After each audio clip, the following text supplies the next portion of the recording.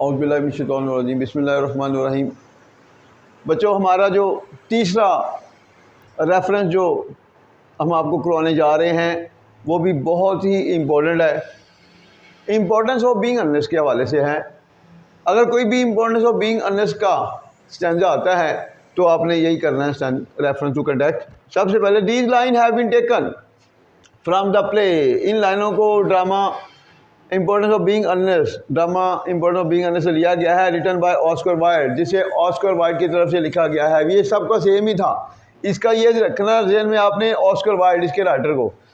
Explanation with context. The play importance of being honest, drama importance of being honest is a masterpiece of Oscar. Oscar का एक शाहकार है। Drama importance of being honest Oscar का एक शाहकार है, masterpiece शाहकार, मास्टरपीस ऑफ ऑस्कर, ऑस्कर का एक शाहकार है। इन विच, जिसमें ही शोज ह्यूमन फीलिंग, जिसमें वो इंसानी जज्बात को, फॉलीज हमाकतों को, फॉल्ट्स खराबियों को, ड्रॉबैक खामियों को, एटसेट्रा वगैरह को दिखाते हैं। थ्रू स्टाइल तंज के जरिए, थ्रू स्टाइल तंज के जरिए।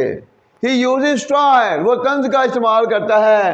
एज अ वेपन, वो तंज का एक हथियार के तौर पर इस्तेमाल करता है। He uses style as a weapon for the reformation of human being, इंसानों की इस्लाह के लिए। वो किस लिए तंज का इस्तेमाल करता है? इंसानों की इस्लाह के लिए। ही यूजेस स्टाइल, वो तंज का इस्तेमाल करता है एज अ वेपन, हथियार के तौर पर, for the welfare of human being, इंसानों की सलाह के लिए। इनफैक्ट हकीकत में थ्रू सोशल स्टार, समाजी तंज के जरिए, इनफैक्ट थ्रू सोशल स्टार, हकीकत में समाजी तंज के जरिए, he want to correct the follies, absurdities, drawbacks of society. वो माशरे की हमाकतों को, बेहूदगियों को, खामियों को सही करना चाहता है। ही वांट टू करेक्ट, वो सही करना चाहता है। किसको सही करना चाहता है? द फॉलीज, हमाकतों को। एब्सर्डिटीज कहते हैं मतलब बेवकूफ़ियों को, ड्रॉबैक खामियों को, ऑफ सोसाइटी माशरे की। The main target of style, तंज का बड़ा मकसद, the main target of style, तंज का बड़ा मकसद इन डिस्प्ले, इस ड्रामे में, is the English upper class. English upper class है, अंग्रेज़ों की अमीर तबका है। ऑफ दैट टाइम, उस ज़माने का। ऑस्कर मॉक्स एड या लाफ्स एड, ऑस्कर मजाक उड़ाता है। इसका mocks at the English aristocracy, Oscar अंग्रेज अमीर तबके का मजाक उड़ाता है।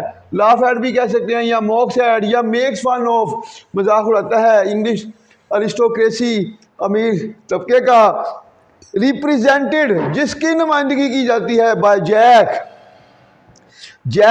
की तरफ से, सिसिली की तरफ से, गवेंडलन फेयरफैक्स की तरफ से, जर्नल एटसेट्रा की तरफ से। ये मेन करैक्टर हैं। इसमें कोई भी संजय में आएगा तो आपको क्लियर हो जाएगा कि ये इंपोर्टेंस ऑफ बीइंग ऑनेस्ट का है। उसके बाद नेक्स्ट है जी जर्नल एलजी, उसको एलजी के नाम से भी पुकारा जाता है। जर्नल को हैज बीन पोर्ट्रेड, जर्नल की तस्वीर खींची गई है एज अ हिस्टोरिकल करैक्टर, एक तंजिया किरदार के तौर पर इन द प्ले, ड्रामे में। He is a typical representative of English upper class of that time, वो उस जमाने के अंग्रेज अपर क्लास यानी कि अंग्रेज अमीर तबके का मखसूस नुमाइंदा होता है। हिज शैलोनेस, इरिस्पॉन्सिबिलिटी, उसका खोखलापन, गैर जिम्मेदारी, एक्स्ट्रावेगेंस, फजूल खर्ची, एंड वैनिटी, और वैनिटी कहते हैं मतलब गुरूर को, तकब्बर को। हैव बीन एक्सपोज्ड, को बेनकाब किया गया है। सो डैट, ताकि the reader of the play, ताकि ड्रामे के पढ़ने वाले, में लाफ हार्टेडली, खुलकर हंस सकें, में लाफ हार्टेडली, खुलकर हंस सकें। Algy as a carefree fellow, Algy एक लापरवाह इंसान के, हु कीप्स क्राइंग, जो चिल्लाता रहता है।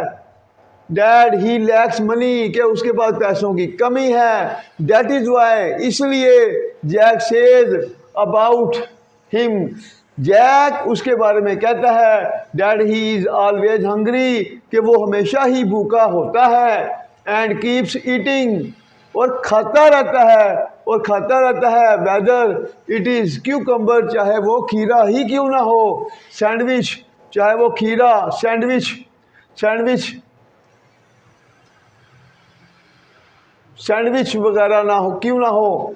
ही want Jack to invite him, वो चाहता है कि जैक उसको दावत दे, टू डिनर, रात के खाने की, एट रेस्टोरेंट, वो चाहता है कि जैक उसे रात के खाने में, रेस्टोरेंट में रात के खाने की दावत दे, वो चाहता है कि जैक उसे रेस्टोरेंट में रात के खाने की दावत दे। He want Jack to invite him, कि वो उसे दावत दे, to dinner at restaurant. It seems, ऐसा दिखाई देता है, that eating is his favourite hobby, कि खाना उसकी पसंदीदा हॉबी होती है, मतलब खाना उसका पसंदीदा मशगला होता है। ये इस तरह वो अमीर तबके का मजाक उड़ा रहा है जी। अल्लाह हाफिज़।